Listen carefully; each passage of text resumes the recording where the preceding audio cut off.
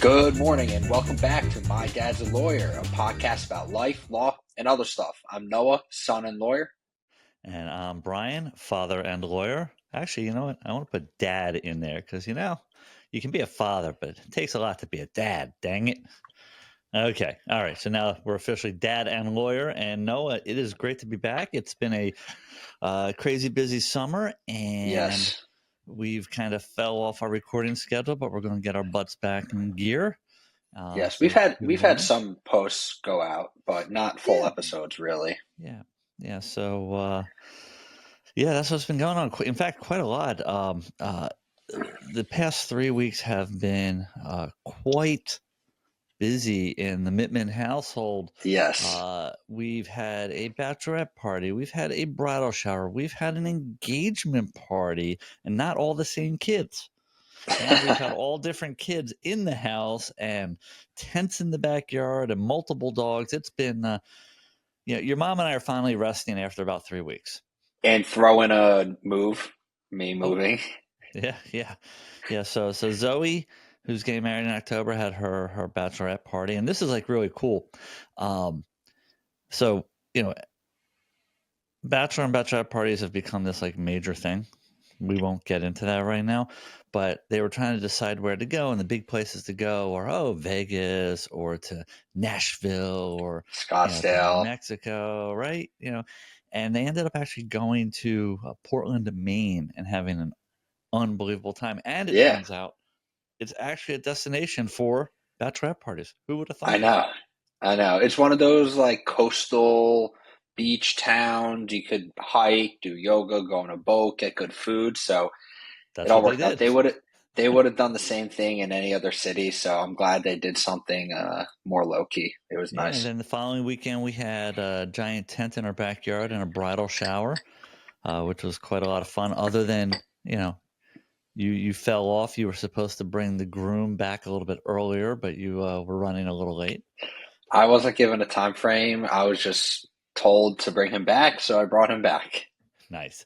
And then we had your engagement party last weekend. So Yes, for I those don't that don't think we know, record. Noah's engaged. Yeah, well, most people that listen to our podcast follow us and probably know, but for those that don't know, I am engaged now. Recently, since our last episode, which was recorded 2 months ago, believe it or I know. not. I can't believe it. Yeah, so a lot's happened. Got engaged, moved from Stanford back to Westchester. My commute has gotten much shorter, which I've enjoyed. And it saves a lot of time, I must say. I get a lot more done in my day having, that extra hour, hour and a half. Well, it's a lot more than that. So it's called the compound effect. So I always bug you kids about this, but if you start saving a little bit of money now, every week, every month, and kind of forget about it and just keep saving, it compounds. It's not just like one to one to one. If it's invested, all of a sudden, 10 years from now, 20 years from now, you are going to have all this money and you're going to be Right. like, where did that come from? Same thing with time. So, you vaguely remember, but back in 2007, I moved our office from Lower Manhattan up to White Plains. So I went Hmm. from about 2.5, almost 3 hours of commuting every day, round trip, to about 15 minutes to a half hour. And this is how it works. You ready for this one? So I did some numbers this morning. I once gave a Okay. presentation years ago, but these numbers are much better. So in I feel July like of I two, remember you doing a presentation like that. yeah, in July of 2007, I moved the office. So I went from 3 hours of commuting round trip to a half hour. Okay. Okay. So that was 18 years ago. Wow. That was 3,960 days ago if we work 220 days, Okay. right? Generally, you work 260, but I threw in some vacation. So for 220 days a year of work, that was 3,960 days since I moved the office, which is the equivalent of 9,900 hours, Wow.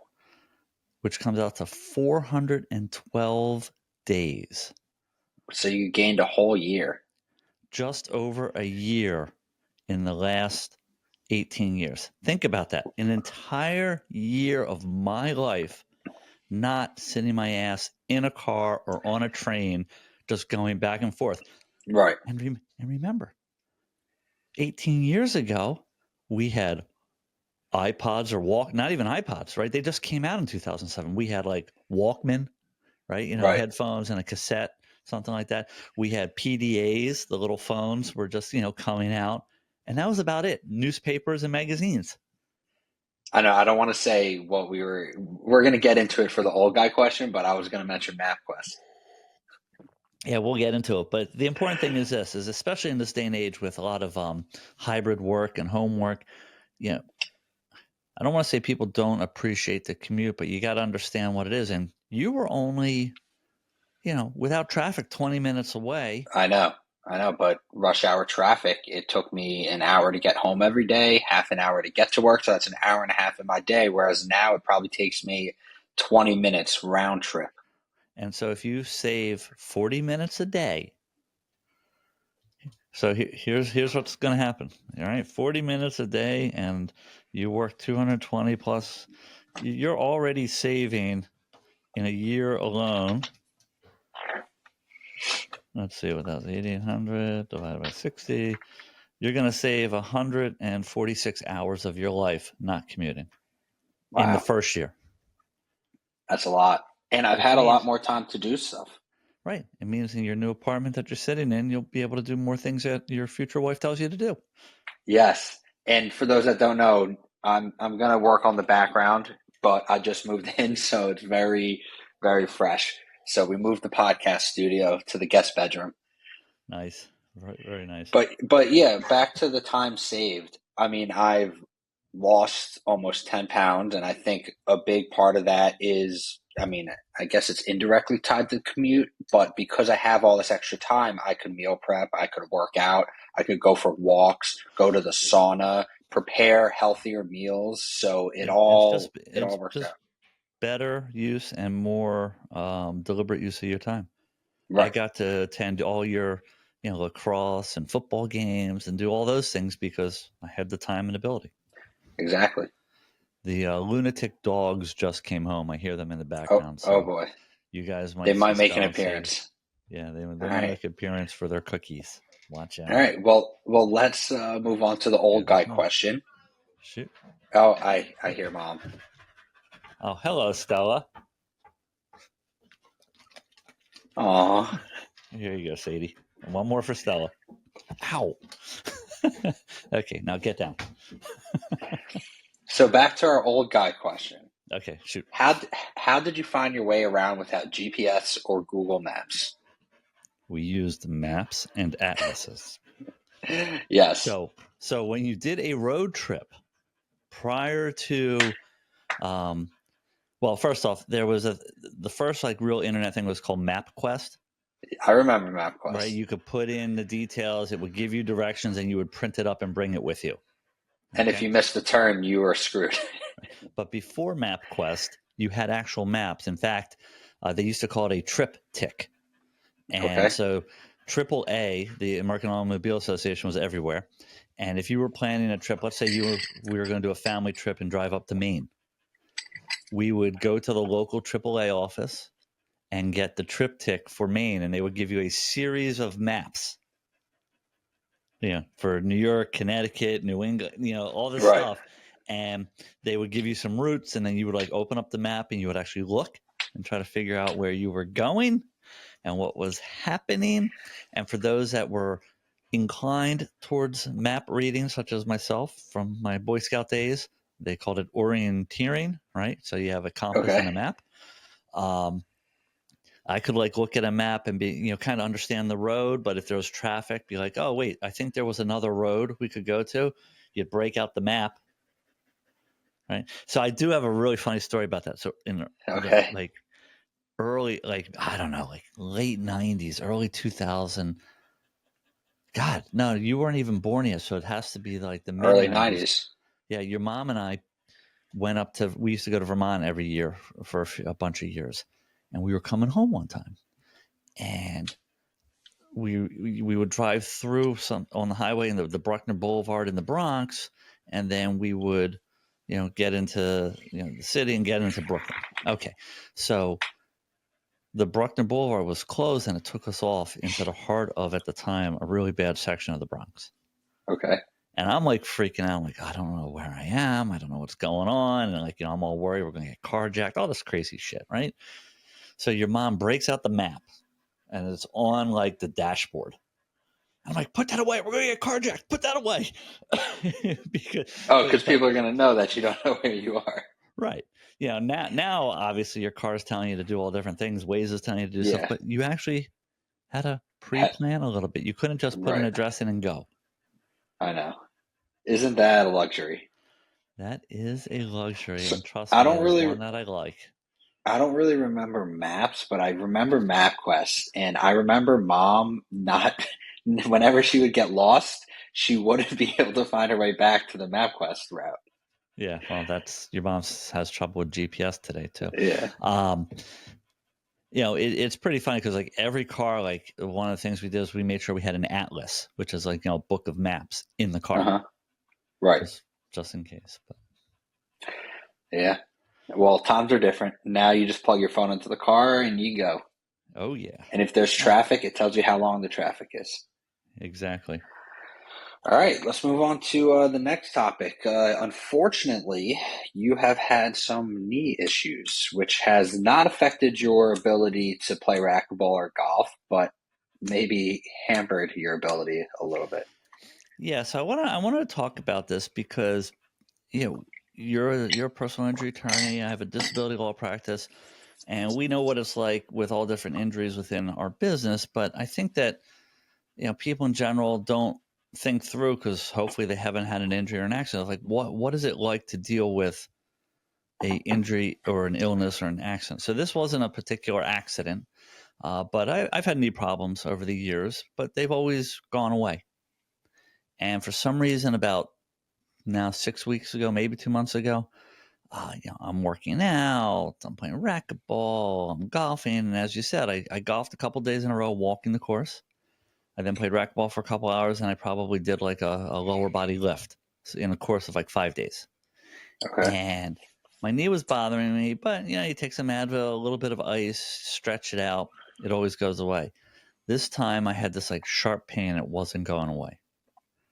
And it was the first time, and I have a pretty high threshold. It was waking me up, and I was like, what is going on? So what do you do? Right? So, okay, I'm going to go to the doctor.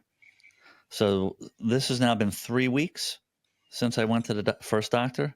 So basically, and people will do this, and you'll do this. I was like, okay, I have this one doctor who I use all the time, but I decided I didn't want to schlep into the city. I didn't want to do this. So there's another local doctor that I know. And I said, okay, let me go to the doctor. Took x-rays. The x-rays look pretty good. He feels around the knee. You definitely have a meniscus tear. That is a little, and it's a little piece in your knee. There's a little C-shape, two of them, and they support your knee. But depending on which way the tear is pointing, the only thing you can do is either take it out or sew it up or do nothing, and maybe they will go away.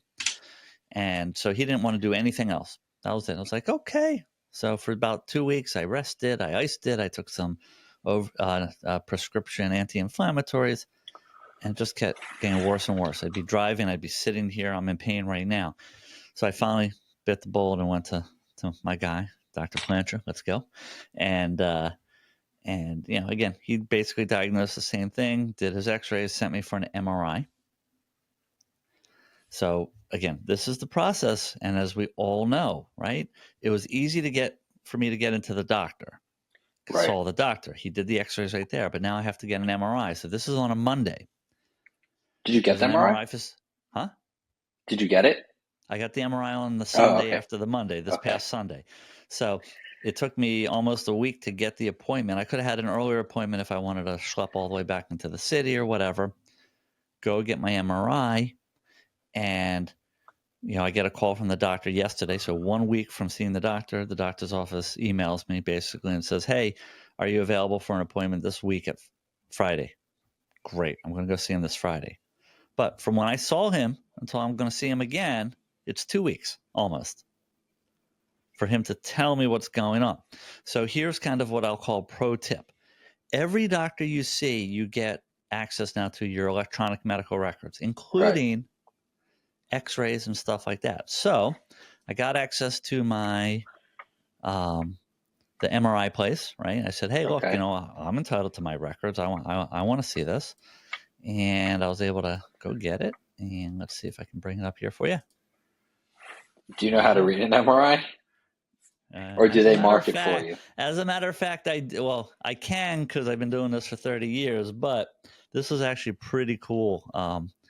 They get better and better. So I have 4 things going on.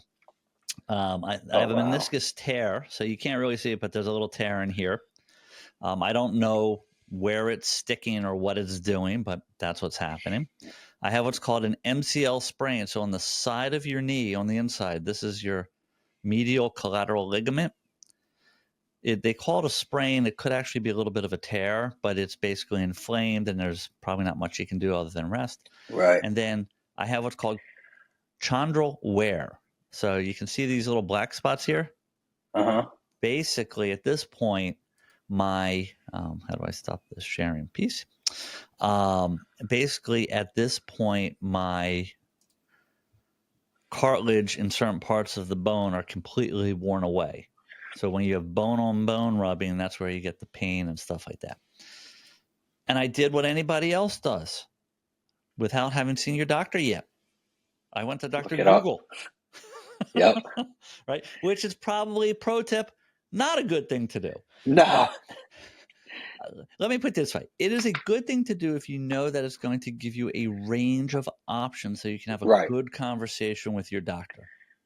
Right. But if you are the type of person who Googles and looks at the worst case scenario and say to the doctor, oh my God, I can't believe you have to amputate my leg. Yeah, I The know. I doctor's know going to people like look at that. you. Kevin Blanchard's going to look at me and say, shut the fuck up, Brian. Right? Yeah. So at this point, basically, and I'll report back on this and then what the next steps are, and I'll Okay. have everybody follow along. But basically, at this point, it's either going to be just PT and rest, injection, anti-inflammatories, potentially surgery. Right. And I had surgery to my left knee twice going back, the last one was in like 2012-ish. Yeah. So we shall see. All right. Well, you don't need a knee replacement yet. Not That's yet. the good news. Yeah, not yet. But it's this is life, folks. Yeah. It could have come from an injury. I banged it, hit it. Bang your knees all the time. It could just be wear and tear. Right. Luckily, it wasn't me falling down the stairs and having an accident, unless it was at a really good place that you could have sued them for me. And in between all this too is something weird happened. So this happens with insurance. So we have decent health insurance. I'm not going to say anybody's health insurance is good because it's No. not. And I go to the doctor. Second time, he orders the MRI. They get the approval literally like kind of pretty quickly. I make the appointment right away. Then a few days later, I get a phone call from the MRI facility with somebody from the insurance company. And this is bizarre, right? I've already made the appointment. And like, oh, we just have to go over a few things for you. And they start basically trying to upsell me to a different facility that will be better What? for my services. I'm like, what are you talking about? I go, you authorized it. I'm going to this facility. My out-of-pocket cost is my out-of-pocket cost. Right. It was bizarre. That's weird. And you and I are in this business. I know. Right? We see a lot of the BS that insurance companies do around accidents. Yeah. And here we are, just now, a regular guy trying to get this done. And imagine if you're not, savvy, if you don't really know how the process works. What if I waited another 2-3 weeks? Luckily, this isn't like it was a acute traumatic condition where I can't walk. Right. That would be horrible. But it's But pretty that bad. happens. It's pretty bad, and I want to get at it. I want to get it resolved. I mean, we have clients that can't walk, and it takes weeks to get approval for this and that, and then they get denied, and then you have to appeal it, and they're now 2 months from their date of accident, and they haven't even gotten an MRI or treatment. So if I want to get an injection, the doctor I'm going to, basically, he's going to give it to me, whether it's approved or not. That's a whole different Right. issue. And I'd have to pay for it if not. But I know that going in. I have a client who I had lunch with yesterday. His case is, it's only open for medical now because we settled the lost wages years ago, and he needs an injection. And we're now going on the second month of back and forth with the insurance company. They followed the 3-step process. It got denied. We now have to reapply. I was like, guys, it's a $300 injection. You've just spent $1,000 not approving it. I know. It makes no sense. No, it does not. And it's always a pain. Yeah, but stay tuned. I'm going to have some adventures. And if I have surgery, I promise you, we're going to do some live streaming. You might be asleep for that. Well, not the surgery part, but we'll have some fun around it. Some recovery. Yeah, maybe a little pre stuff. Like, it's really cool. Like when they come in again. Pro tip: if your doctor comes in and he doesn't mark your knee, with his initials, then you don't want that doctor doing surgery. They are required to, or should, for good practice, mark which knee and ask you, say, you were doing your right knee, and put a little signature on it. Yep, I remember that.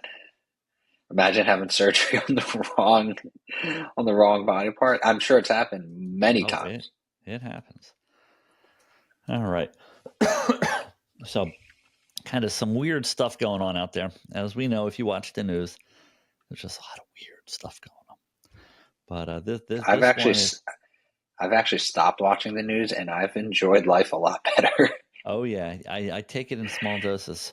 So very, very funny. So for the conspiracy-minded friends out there and family, there's a very, very, very funny story I saw that it seems that on the official, was this the congressional? The website? National Archives website? No, on congress.gov. Okay. The official congressional website accidentally, quote, deleted parts of the Constitution, and nobody noticed. and very, very funny story. They're like, and they apologized. It has been brought to our attention that some sections of Article 1 are missing from the Constitution's annotated website. It's due to a coding error. We've been working to correct this. And the guy who wrote the article is really funny. He's like, coding error? He goes, I'm not really conspiracy minded, and I don't think this is a conspiracy because, they got rid of, pesky things like habeas corpus and the emoluments clause, which are in the news and people are yelling and screaming about, but they also got rid of the clause about having a Navy, but the conspiracy people like the Navy. So, a very, very funny. Very weird. Article. But, that's what happens when, I know in the government right now, there's this whole big thing going on where they're trying to clean up websites everywhere, and they're like just deleting shit wholesale. But the Constitution, luckily the paper version of the Constitution hasn't gone anywhere. And that's why you should have a paper version of a map. Yes. Exactly. What happens if your phone dies while you are on the back roads of Pennsylvania? Yeah. You never know, and you lose service. I think for Hanukkah this year, I'm going to get all the kids maps for their cars. Nice, and a little one of those little Constitution scrolls in case it gets deleted again. Yes, I used to have one of those somewhere. I have my pocket Constitution at the office. Nice. Yeah. So all right. Well, no, it is good to be back. Yes, great to catch up. It's good to be back. We promise you we're going to get some regular episodes up and going again, especially with football season starting. Oh, yeah. Baseball playoff season heating up, wedding season heating up, and all the other fun stuff going on. All right, cool. Well, that does it. I'm Noah, son and lawyer. You can find me at You Know a Lawyer everywhere. And Dad and a Lawyer, Brian, and you can find me at The Disability Guys everywhere. Have a good day. Take care.